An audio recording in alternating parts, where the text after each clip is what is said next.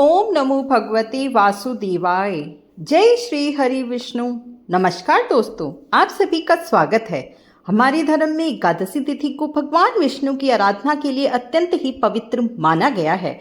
वर्ष 2026 में आने वाली यह कामिका एकादशी भी भक्तों के लिए विशेष महत्व रखती है। मान्यता है कि सावन में आने वाली यह एकादशी श्रद्धा, संयम और सच्चे मन से अगर की जाए तो भगवान श्री हरि विष्णु की कृपा प्राप्त होती है और मनुष्य को आध्यात्मिक शांति की अनुभूति होती है। हम जानने वाले हैं कि कामिका एकादशी कब है, व्रत की सही तिथि और पारण का समय क्या है, इस एकादशी का धार्मिक महत्व, इसकी कथा और इस दिन भगवान श्री हरि विष्णु की पूजा हमें किस प्रकार करनी चाहिए। तो सबसे पहले हम तिथि की तरफ नजर डाल लेते हैं। तो कामिका एकादशी श्रावण मास के कृष्ण पक्ष की एकादशी तिथि को आती है।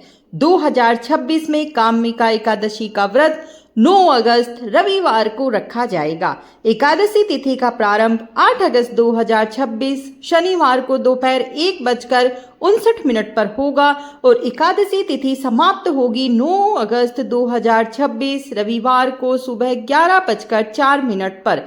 व्रत रखने वाले श्रद्धालुओं को अपने स्थानीय पंचांग के अनुसार तिथि और पारण का समय एक बार अवश्य देख लेना चाहिए, क्योंकि स्थान के अनुसार समय में थोड़ा बहुत अंतर हो सकता है। और पारण कब है यह भी देख लीजिए। कामिका एकादशी व्रत का पारण अगले दिन यानी 10 अगस्त 2026 सोमवार को किया जाएगा।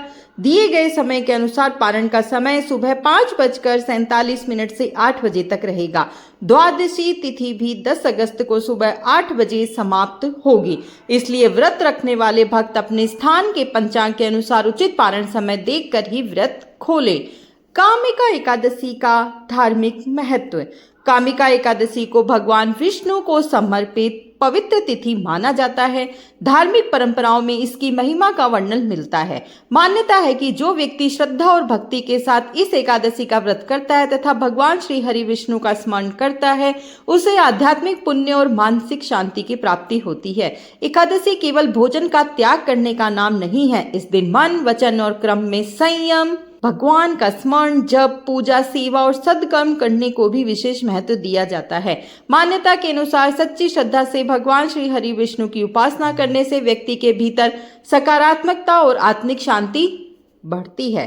कामिका एकादशी श्रावण मास में आती है, इसलिए यह और भी महत्वकारी है। श्रावण मास भगवान श्री शिव की आराधना के लिए विशेष रूप से प्रसिद्ध है, इसलिए इस समय वातावरण में विष्णु भक्ति के साथ शिव भक्ति का भी विशेष महत्व माना जाता है। इस दिन श्रद्धालु भगवान श्री हरि विष्णु की पूजा के साथ भगवान शिव का स्मरण और पूजन भी कर सकते हैं। इस प्रकार यह दिन भक्तों के लिए श्री हरि विष्णु और भगवान श्री शिव के प्रति श्रद्धा व्यक्त करने का सुंदर अवसर बन जाता है। एक बार हम कामिका एकादशी की कथा देख लेते हैं। कामिका एकादशी से जुड़ी एक प्रसिद्ध धार्मिक कथा है। प्राचीन समय में एक व्यक्ति अपने अत्यंत क्रोधी स्वभाव के कारण परेशान रहता था। एक दिन क्रोध और विवाद की स्थिति में उसने बहुत गंभीर अपराध कर लिया। अपने किए हुए कर्म का उसे बाद में अत्यंत ही पश्चाताप हुआ। वह अपने मन में ग्लानि लेकर एक ऋषि के पास पहुंचा और उनसे पूछा कि वह अपने अपराध के पश्चाताप और आत्मिक शुद्धि के लिए क्या करे। ऋषि ने उसे भगवान विष्णु की शरण लेने और श्रद्धा के साथ कामिका एकादशी का व्रत और भगवान श्री हरि की उपासना करने का मार्ग बताया। उस व्यक्ति ने पूरे विश्वास के साथ व्रत रखा, भगवान श्री हरि विष्णु का ध्यान किया और अपनी भूल के लिए सच्चे मन से पश्चाताप किया। धार्मिक मान्यता के अनुसार भगवान श्री हरि विष्णु की कृपा से उसके भीतर परिवर्तन आया और उसे अपने जीवन को धर्म तथा सदाचार के मार्ग पर आगे बढ़ाने की प्रेरणा मिली। इस कथा का संदेश यह है कि मनुष्य से भूल हो सकती है, लेकिन सच्चा पश्चाताप, आत्म सुधार और ईश्वर की भक्ति जीवन को नई दिशा दे सकती है। कामिका एकादशी के दिन भक्त प्रातःकाल उठकर स्नान करते हैं, स्वच्छ वस्त्र धारण करके व्रत का संकल्प लेते हैं। इसके बाद पूजा स्थल की सफाई करके भगवान श्री हरि विष्णु की प्रतिमा या चित्र स्थापित करते हैं। भगवान श्री हरि विष्णु को पीले पुष्प, तुलसी दल, दीपक, धूप, फल, सात्विक प्रसाद अर्पित किया जाता है। भक्त भगवान विष्णु के मंत्रों का जाप करते हैं। ओम नमो भगवते वासुदेवाय का श्रद्धा पूर्वक जाप पूरे दिन भर सच्चे मन से किया जाता है। इसके अलावा विष्णु सहस्त्र नाम का पाठ, भगवान विष्णु के भजन और कीर्तन भी किए जा सकते हैं। जो भक्त सामर्थ्य रखते हैं वे रात्रि में जागरण, ध्यान और भगवान के नाम का स्मरण भी करते हैं। तो कामिका एकादशी की सरल पूजा विधि भी एक बार अवश्य रूप से देख लेते हैं।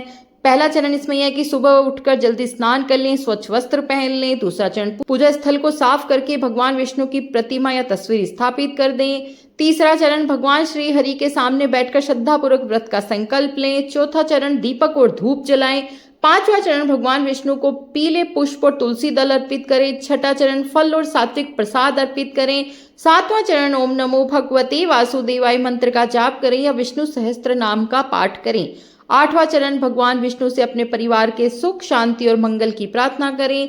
नौवां चरण भगवान की आरती करें। 10वां चरण अपने सामर्थ्य के अनुसार जरूरतमंद व्यक्ति की सहायता या दान करें और अगले दिन निर्धारित समय पर भगवान का स्मरण करके व्रत का पालन अवश्य रूप से करें। कई बार हमारे मन में कई तरीके के प्रश्न आते हैं, तो उन प्रश्नों का उत्तर भी हमें अवश्य रूप से पता होना चाहिए। जैसे कि कामिका एकादशी पर कौन से वस्त्र पहने, तो धार्मिक परंपराओं में भगवान श्री हरि विष्णु को पीले रंग से उनका विशेष संबंध माना गया है।